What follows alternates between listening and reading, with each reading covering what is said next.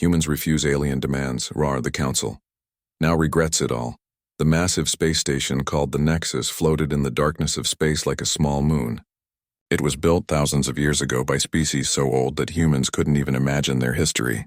Captain Minho stood at the window of his ship, the Horizon's Promise, and stared at the station. He had never seen anything so large. It could probably fit 100 cities inside it. "Captain, we're being hailed," said his communications officer. "They're ready for us." Minho straightened his uniform and walked toward the docking bay. Beside him was Ambassador Choi Gina, Earth's first representative to the Galactic Council. She looked calm, but Minho could see her hands were shaking slightly. This was the most important meeting in human history. "Are you ready?" Minho asked her quietly. "As ready as I'll ever be," Choi replied. "We're about to meet aliens who have ruled the galaxy for longer than humans have existed. I just hope they're friendly." Dr. Yoon Dae joined them, carrying a tablet filled with information about the various alien species they might meet. He had studied everything Earth scientists knew about the Council, which wasn't much. Humanity had only invented faster-than-light travel 3 years ago. They were newcomers to a very old neighborhood. The docking procedure took an hour. When the airlock finally opened, they stepped into a corridor that seemed to stretch forever. The walls glowed with a soft blue light, and the air smelled strange like flowers mixed with metal.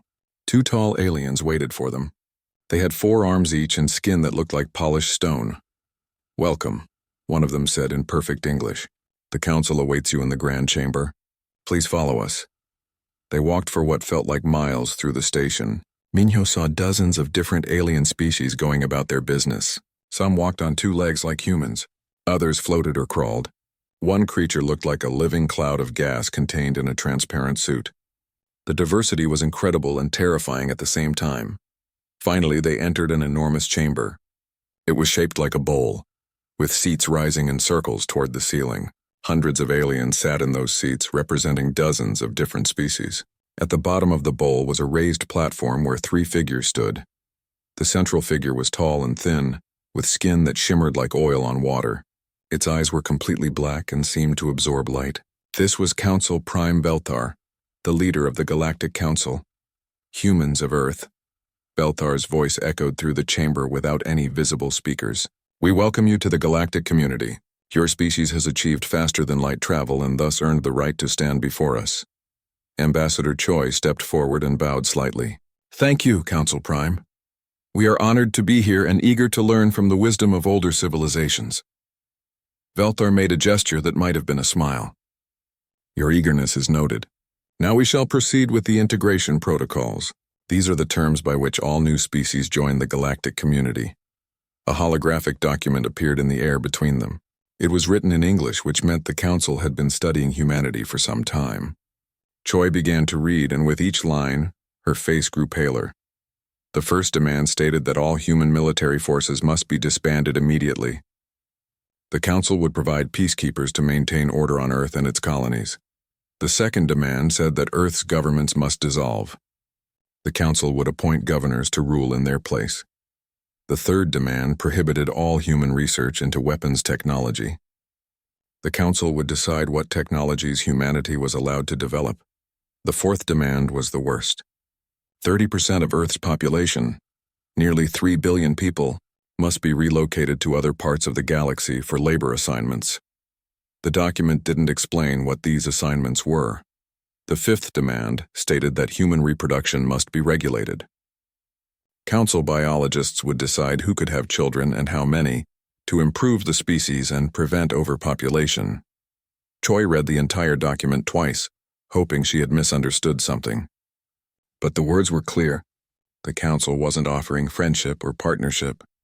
They were demanding complete surrender. "This is unacceptable," Choi said, her voice steady despite her shock. "These aren't integration protocols. This is slavery." A murmur ran through the assembled aliens. Some seemed surprised. Others looked amused, Belthar's black eyes fixed on Choi. "You misunderstand. These protocols have been accepted by every species that has joined the Council for the past 200,000 years. They ensure peace and order throughout the galaxy.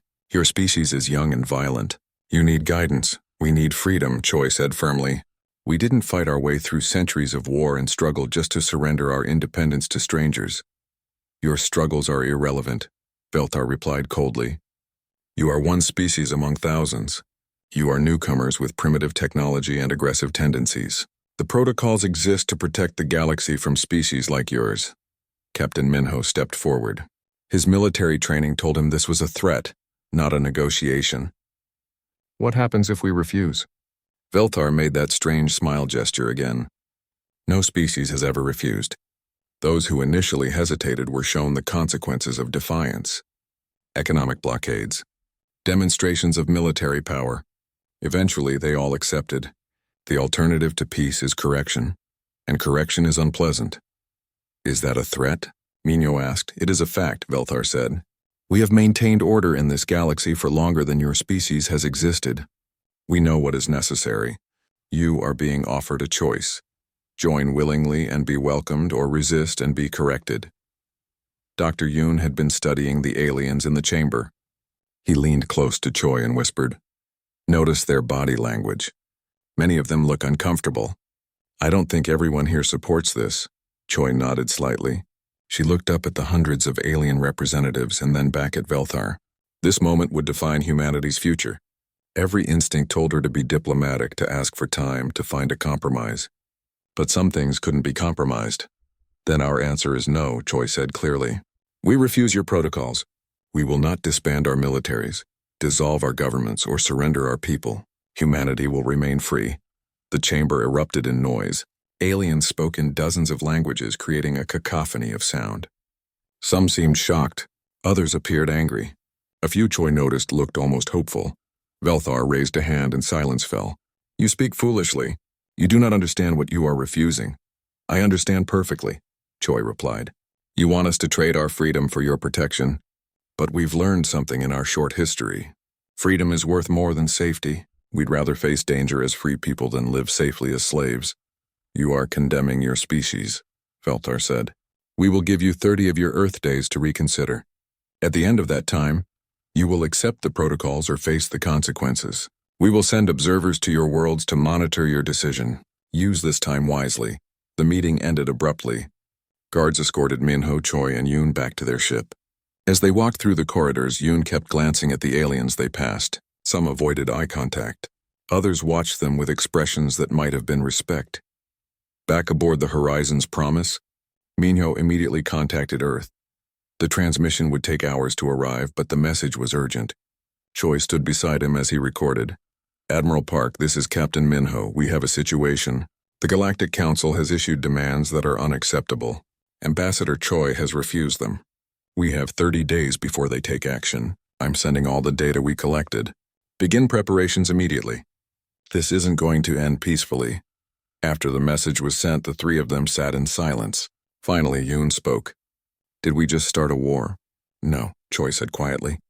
We just refused to surrender before it began. There's a difference. Minho looked out at the stars. Somewhere out there, Earth was going about its business, unaware that everything had changed.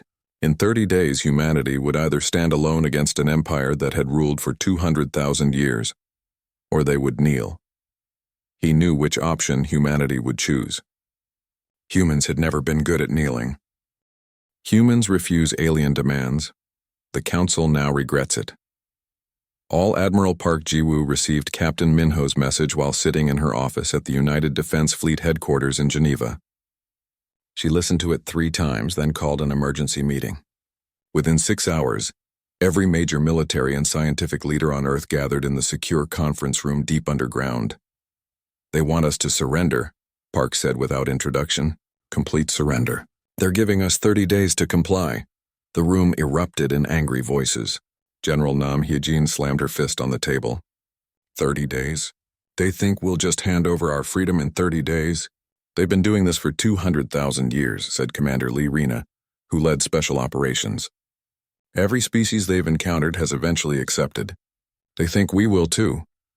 Then they don't know humans very well, Park replied. She activated the holographic display, showing Earth and its 17 colony worlds. The Council is sending observation fleets to every human settlement. They think these fleets will scare us into submission, but these observers are going to learn something important about humanity. What's that?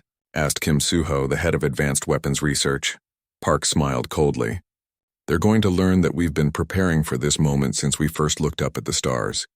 The next 30 days became the most intense period in human history.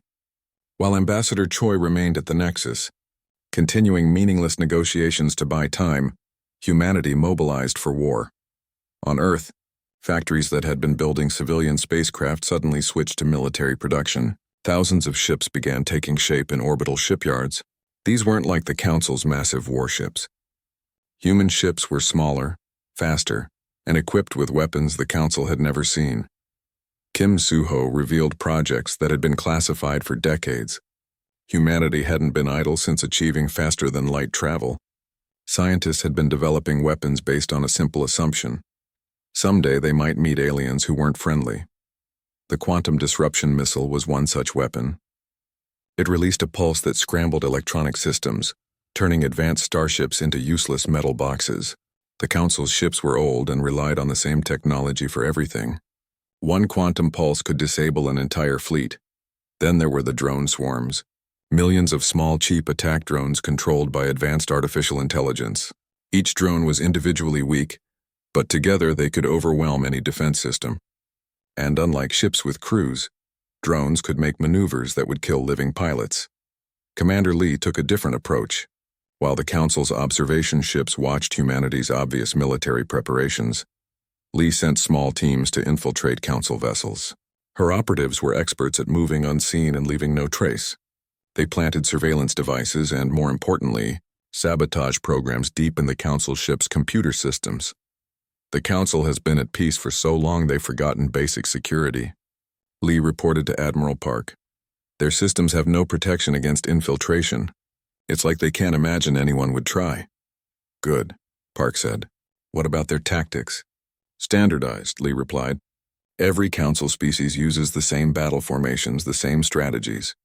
They haven't fought a real war in thousands of years. Everything they do is predictable. This was humanity's greatest advantage. The Council had power in numbers, but humans had something more valuable: experience with war. Earth's history was filled with conflict, and humanity had learned every possible way to fight. Guerrilla warfare, psychological operations, deception, sabotage, amour. These were concepts the Council had never needed to consider. Dr. Yoon, still aboard the Horizon's Promise, sent back detailed analysis of Council technology.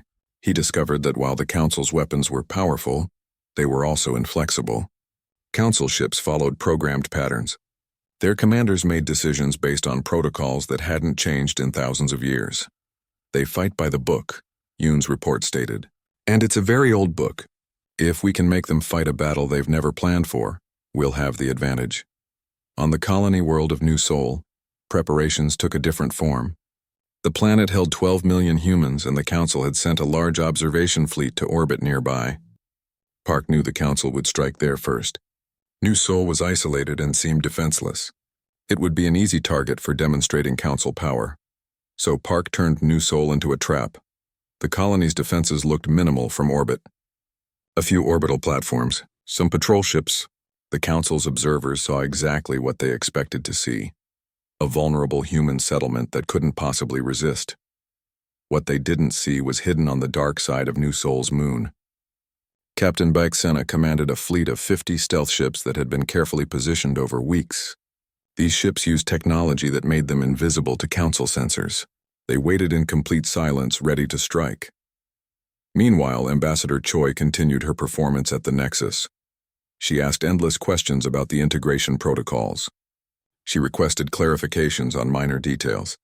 She proposed meaningless amendments that she knew would be rejected.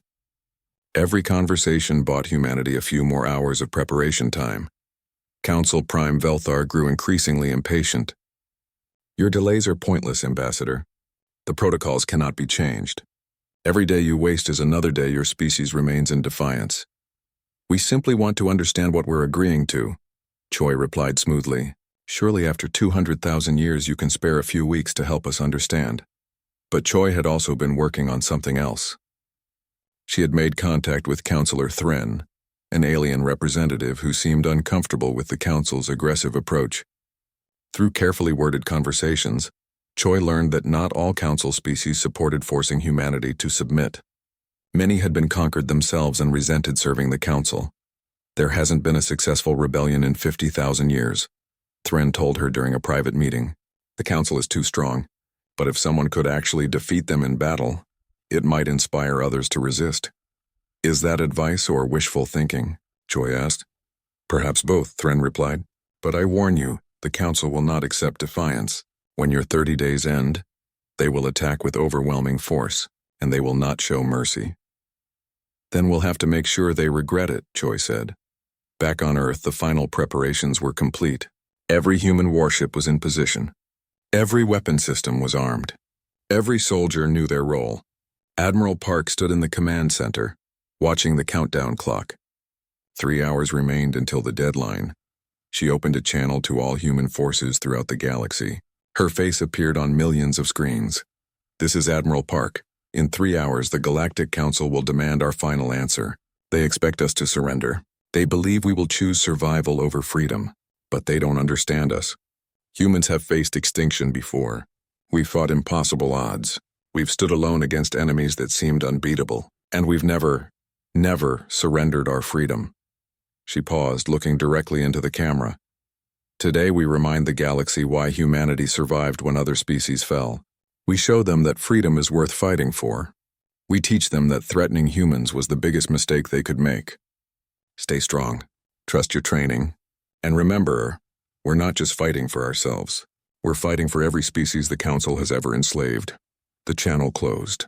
Park turned to her command staff. Send the message to Ambassador Choi. Tell her to deliver our answer. At the Nexus, Choi stood before the assembled council for the last time. Felthar looked down at her with his black, absorbing eyes. Your time has expired, Ambassador. What is humanity's final answer? Choi took a deep breath. She thought about Earth, about the billions of humans who were counting on her. She thought about humanity's long struggle from caves to the stars. And she thought about the future her people deserved. Our answer is the same as it was 30 days ago, she said clearly. No, we will not surrender. We will not disband our militaries. We will not dissolve our governments. We will not hand over our people. Humanity remains free, and if you try to force us, you will learn what humans do when threatened. She paused, then added with steel in her voice, Withdraw from our space. Council Prime, withdraw now or face the consequences. The chamber fell silent. No species had ever threatened the Council. Felthar's expression didn't change, but his voice carried barely controlled rage. Then you have chosen correction. So be it. For humans refuse alien demands. The Council now regrets it. All the Council's demonstration fleet arrived at New Sol exactly on schedule. 200 warships dropped out of faster-than-light travel in perfect formation. Each ship was massive, bristling with weapons that could destroy cities. The fleet commander, Enforcer Quirin, opened a communication channel to the planet below. Humans of New Sol, this is the Galactic Council fleet. You have 1 hour to surrender your orbital defenses and accept Council authority. If you resist, we will demonstrate the consequences of defying the Council. Your suffering will be broadcast across the galaxy as a warning to your species. On the planet's surface, Fleet Coordinator Otaman smiled grimly. Everything was proceeding exactly as Admiral Park had predicted. The Council was so confident in their superiority that they hadn't even bothered to scan for hidden threats. All forces, this is Coordinator O. Maintain defensive positions. Let them get comfortable. Captain Bayek, you are authorized to engage on my mark. Hidden behind New Sol's moon, Captain Bayeksana sat in the commander's chair of the Silent Thunder. Her stealth fleet had been waiting for 3 days in complete silence. 50 ships invisible to Council sensors with their weapons ready. Target acquisition complete, her weapons officer reported. We have firing solutions on 80 enemy vessels. Wait for it, Beck said calmly. She watched the tactical display as the Council fleet moved into attack formation. They were positioning themselves for a bombardment of New Sol's orbital defenses. Standard Council tactics, predictable, stupid. They're in position, her tactical officer said. Beck leaned forward. All ships fire quantum disruption missiles. Maximum spread. 50 ships launched simultaneously. 240 missiles streaked through space, invisible until the moment they struck their targets. The missiles didn't explode. Instead, they released electromagnetic pulses designed specifically to fry the Council's outdated electronic systems. Enforcer Quirin was reviewing the bombardment plan when his ship's lights went out. Emergency systems failed to activate. Life support stopped. The engines died. His vessel became a cold, dark tomb floating in space. Across the Council fleet, 80 ships went silent in seconds. The remaining vessels panicked. Their sensors showed no attackers, no visible threats. Ships were simply dying around them with no explanation. Evasive maneuvers, one Council captain screamed. But there was nowhere to evade. The enemy was everywhere and nowhere. Captain Beck's fleet emerged from the moon's shadow, weapons blazing. Railgun rounds tore through Council ships that had no power for shields. Energy weapons carved through hulls. The Council tried to return fire, but their ships were in chaos, their formations broken. Then the second wave hit. From New Sol's surface, thousands of small objects launched into orbit. They looked like metal insects, each one barely larger than a person. These were Commander Lee's drone swarms. The Council's point defense systems tried to shoot down the drones, but there were too many. For every drone destroyed, 10 more took its place. The drones weren't individually powerful, but they didn't need to be. They swarmed over Council ships like ants, cutting through armor, destroying weapon ports, and crippling engines. And they were learning. Each drone shared information with the others through their networked intelligence. When the Council adapted their defenses, the drones adapted faster. Inside one Council ship, Commander Lee's sabotage programs activated. Hidden deep in the ship's computer systems for weeks, these programs now took control. The ship's weapons turned and fired on its own allies. Its navigation sent it on a collision course with another Council vessel. Similar events happened across the fleet. Council ships began firing on each other, unable to distinguish friend from enemy. Their communications were jammed. Their sensors showed false targets. Everything they tried to do made the situation worse. Enforcer Quirin sat in his dead ship, listening to the panicked communications from vessels that still had power. His fleet was being destroyed by an enemy they couldn't see, couldn't predict, and couldn't fight. In his long military career, he had never experienced anything like this, a human message broadcast across all frequencies. This is Captain Beck Sena of the Earth Defense Fleet. Your attack on New Sol was a mistake. Surrender immediately or be destroyed. Quirin tried to respond, but his ship's systems were completely dead. He could only listen as his fleet fell apart around him. The battle lasted 6 hours. When it ended, the numbers told a devastating story. Of the Council's 200 ships, 147 were destroyed. 41 were captured, their crews taken prisoner. Only 12 ships escaped, jumping to faster-than-light speeds in random directions. Human casualties: 2 ships lost, 340 personnel dead. New Sol's orbital space was filled with debris and damaged Council vessels. Human recovery teams began searching for survivors, both Council and human. The medical facilities on New Sol were overwhelmed, treating wounded from both sides. Captain Bayek walked through the captured Council flagship. The ship was enormous, 10 times larger than any human vessel. But size hadn't mattered. The Council had built their ships to intimidate and overpower. They had forgotten how to actually fight. She found Enforcer Quirin in his command center, still alive thanks to an emergency oxygen supply. He looked at her with something like disbelief. "How?" he asked. "We had superior numbers, superior firepower, superior technology." Beck removed her helmet. "You had all those things, but you didn't have recent experience with war. You've been at peace so long you forgot what real combat looks like." "Your weapons," Quirin said. "We've never seen anything like them." "You wouldn't have," Beck replied. "We developed them specifically to fight enemies like you. While your species spent thousands of years perfecting peace, humans spent thousands of years perfecting war. Today you learned the difference." The news of the Battle of New Sol spread across the galaxy at the speed of light. On the Nexus, Council Prime Velthar received the reports in stunned silence. Impossible. The Council fleet had been destroyed by a species that barely knew how to travel between stars. It couldn't be real, but it was real, and it changed everything. Ambassador Choi stood before the Council Assembly. Many of the alien representatives looked at her differently now, not with contempt or amusement, but with something else: fear, respect, uncertainty. "You said correction would be unpleasant," Choi said to Velthar. "You were right. But not for us. Velthar's black eyes seemed to burn with rage. You have destroyed a council fleet. This is an act of war. The council will mobilize its full military might. You will be crushed. You're welcome to try, Choi replied. But before you do, consider this. We destroyed your demonstration fleet with a fraction of our forces. We used weapons you've never encountered. We employed tactics you don't understand. And we did it while protecting our people and minimizing casualties.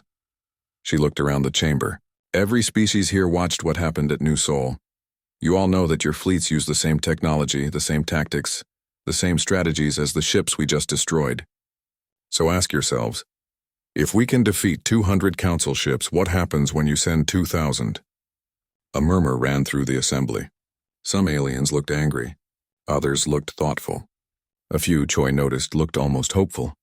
Councillor Thren caught her eye and gave the slightest nod. The message was clear. Some council species were not happy with how things were going.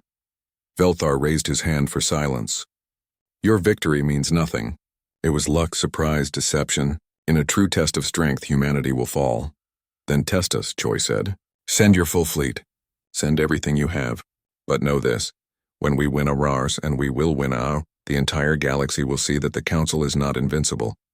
And when that happens, how many of your subject species will stay loyal? It was a direct threat, and everyone in the chamber understood it. The council maintained control through fear and perceived invincibility. If humanity could defeat them, that perception would shatter. Velthar ended the session abruptly.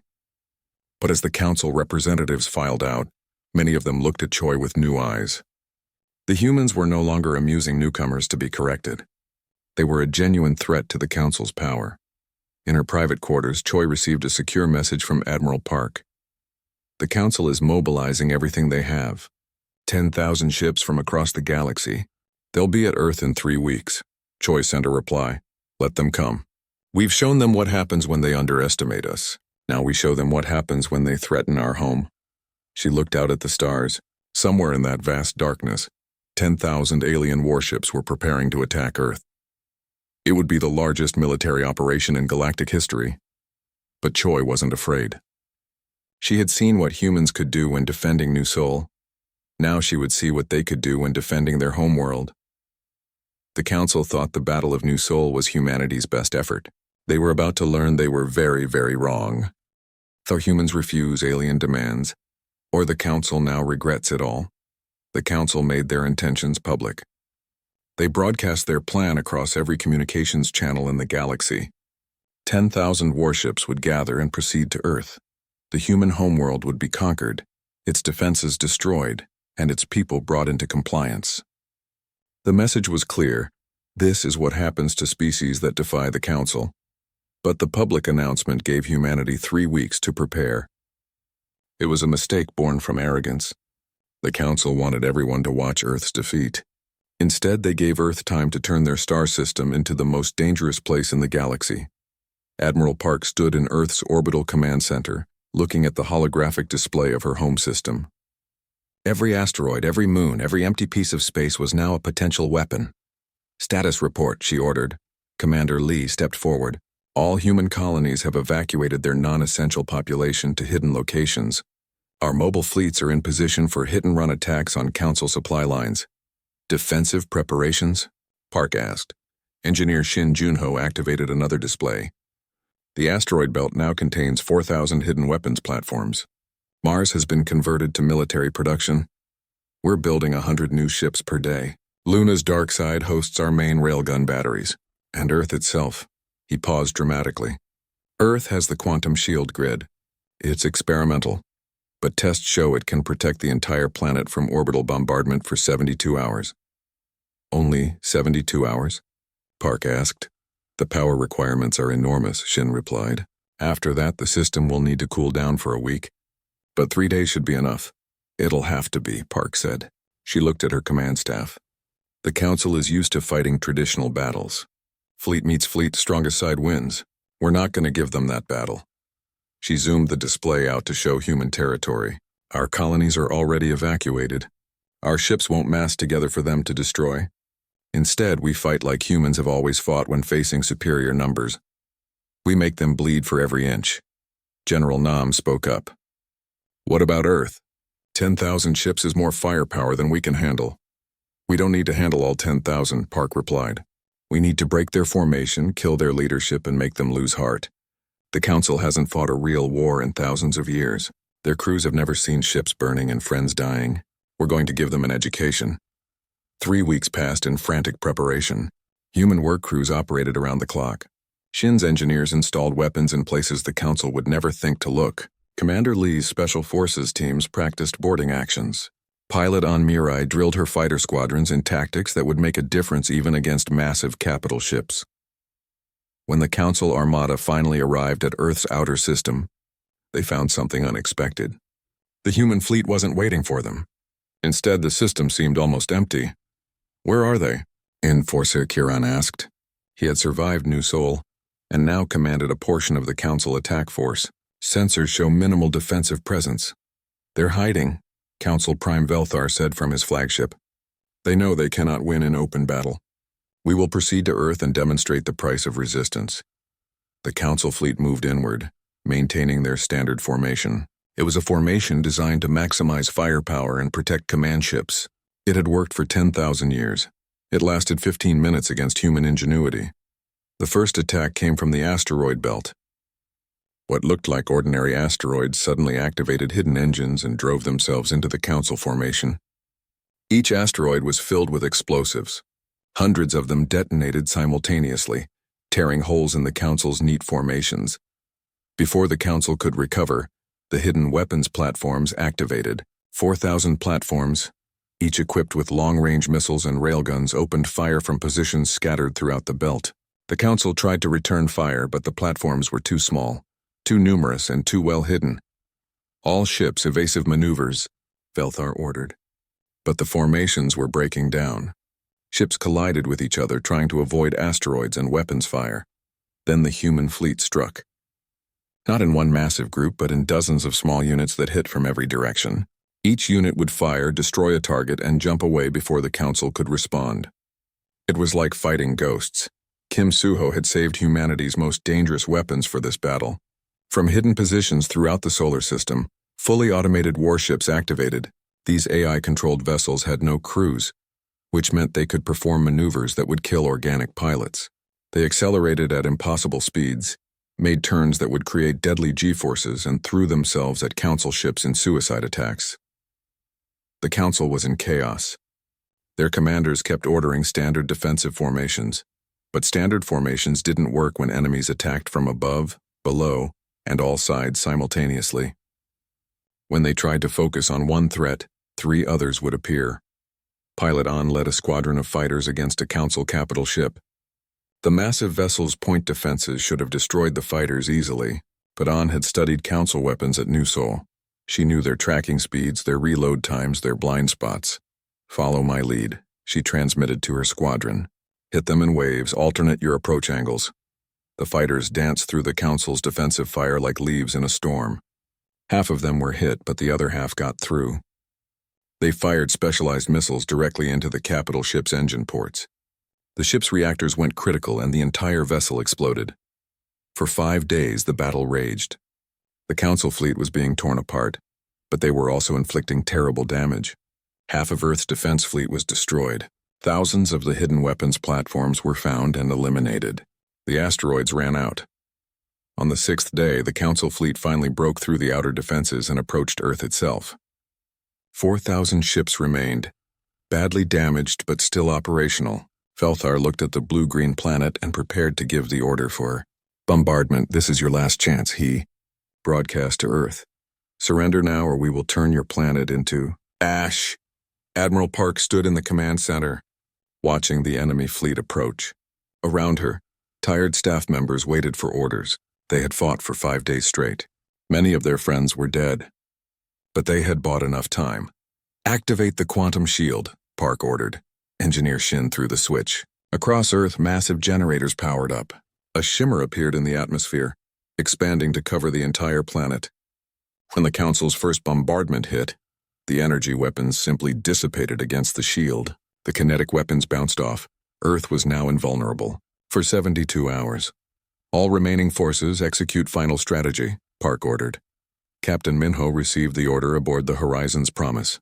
His ship had been in reserve, holding back for this moment. Now he understood why. The final strategy wasn't about winning. It was about making sure the Council couldn't win either. Plot a collision course with the Council flagship, Minho ordered his navigator. Maximum speed. His crew looked at him in shock. Sir, that's a suicide mission. I know, Minho said calmly. But if we kill Velthar, we cut off their command structure. The Council fleet will fall apart without leadership. Earth survives. He opened a channel to the crew. This is the captain. I'm giving everyone a direct order to abandon ship. Get to the escape pods. That's an order. Sir, we're not leaving you, his first officer said. Yes, you are, Minho replied firmly. Your job is to survive and help rebuild. My job is to finish this. Now go. One by one, his crew evacuated. Minho sat alone in the command chair, manually controlling his ship. The Horizon's Promise accelerated toward the Council flagship, which loomed larger and larger in the view screen. Velthar saw the human ship approaching. Destroy it, he ordered, but Minho's ship was small and fast. It dodged through the weapons fire, taking hits but continuing forward. At the last moment, Minho armed every explosive device on his ship. For Earth, he said quietly. The Horizon's Promise struck the Council flagship at full speed. The explosion was visible from Earth's surface. When the light faded, both ships were gone. Without Velthar, the Council fleet's command structure collapsed. Different species had different commanders with different priorities. Some wanted to continue fighting. Others wanted to withdraw and regroup. Within hours, the fleet was arguing among themselves instead of attacking Earth. Admiral Park saw her opportunity. All forces full assault. Hit them while they're disorganized. The remaining human forces, including reinforcements that had been hiding in the outer system, struck. The confused Council fleet tried to respond, but without unified command, they couldn't coordinate their defense. By the end of the 7th day, the Council fleet retreated. They left behind nearly 6,000 destroyed or captured ships. The survivors fled in different directions, each commander making their own decision. Earth had survived, but the cost was terrible. 100,000 humans were dead, including Captain Minho. Half of humanity's space fleet was destroyed. The orbital infrastructure was in ruins, but they had won. Against impossible odds. Humans refuse alien demands, or the Council now regrets it. All 3 months after the Battle of Earth, the galaxy was a different place. The Galactic Council, which had ruled for 200,000 years, was falling apart. With Council Prime Velthar dead and their military fleet shattered, the old order had no power to enforce its will. Ambassador Choi sat in her quarters aboard the Nexus, reading reports from across the galaxy. 17 species had declared independence from the Council. 23 others were in open revolt. The remaining species were arguing among themselves about what to do next. Some wanted to rebuild the Council's military and take revenge on humanity. Others wanted to sue for peace. A message appeared on her screen. It was from Counselor Thren, asking for a private meeting. Choi accepted, curious about what the alien representative wanted. They met in a neutral conference room. Thren looked tired, which was strange for a species that didn't sleep the way humans did. The stress of recent events must have been enormous. Ambassador Choi, Thren began, I bring a proposal from 40 species who were once part of the Council. We wish to discuss the possibility of a new alliance. An alliance with humanity? Choi asked carefully. After we destroyed your fleet? Because you destroyed our fleet, Thren corrected. The old Council maintained order through fear and force. We obeyed because we had no choice. But you showed us that the Council was not invincible. You showed us that freedom is possible. Choi leaned back in her chair. You understand that humanity will never surrender our independence? Not to a new Council, not to anyone. We are not asking you to surrender anything, Thren said. We are asking you to help us build something different. An alliance of free worlds where each species maintains their own sovereignty. That's a nice idea, Choi said. But why should we trust you? 3 months ago, your species was part of the Council that tried to conquer us. Thren's expression, alien as it was, showed something like shame. You are right to be suspicious. But I will share a truth with you. When the Council voted to attack humanity, 23 species voted against it. We were ruled by the old Inner Circle Mo, the species that founded the Council and controlled it. Now that Inner Circle is broken, The species who wanted peace can finally speak freely. Choi considered this. Dr. Yoon had mentioned in his reports that some council species seemed uncomfortable with the attack. Commander Lee's intelligence supported this aware. Her agents had found evidence that many council crews were conscripts, not volunteers. What kind of alliance are you proposing? Choi asked. We call it the Accord of Free Worlds, Thren explained. Each species would maintain complete control over their own territory, military, and government. No species could be forced to join or forced to stay. Disputes would be resolved through mediation, not military force. Trade and cultural exchange would be encouraged but never mandated.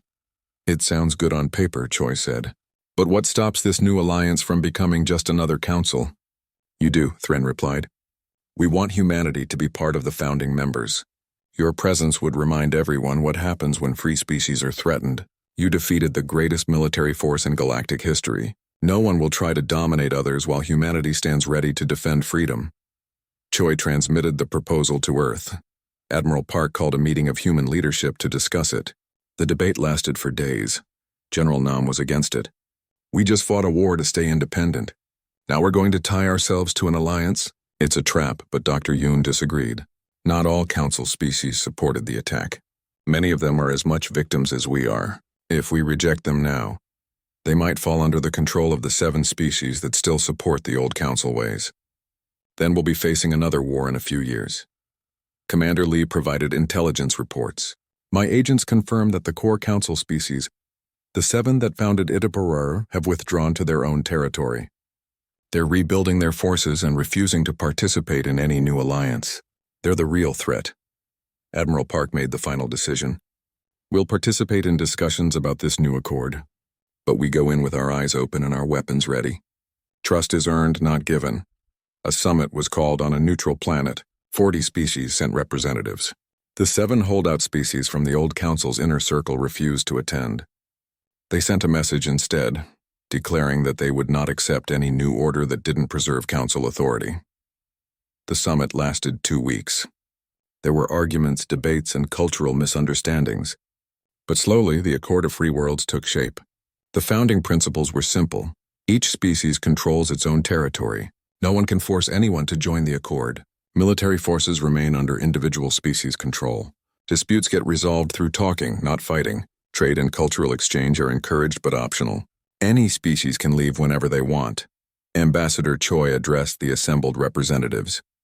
This accord is built on a simple idea: freedom.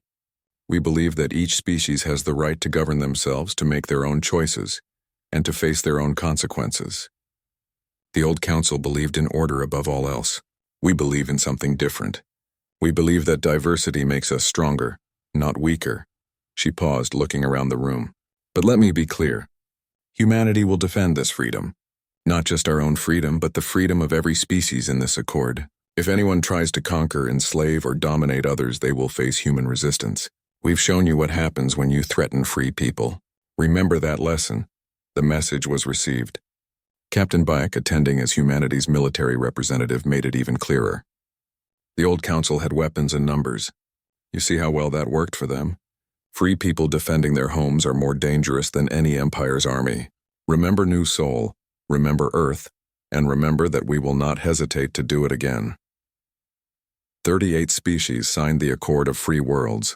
2 species declared themselves neutral, choosing to remain independent but friendly.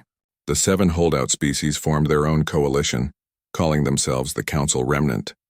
They controlled significant territory and still commanded thousands of warships. They'll be back, Admiral Park said, reviewing the intelligence reports. The Remnant won't accept this new order. Eventually, they'll try to restore the old council by force. Let them try, Choi replied. We beat them once.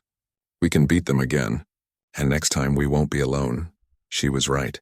The Accord of Free Worlds began organizing a voluntary defense force.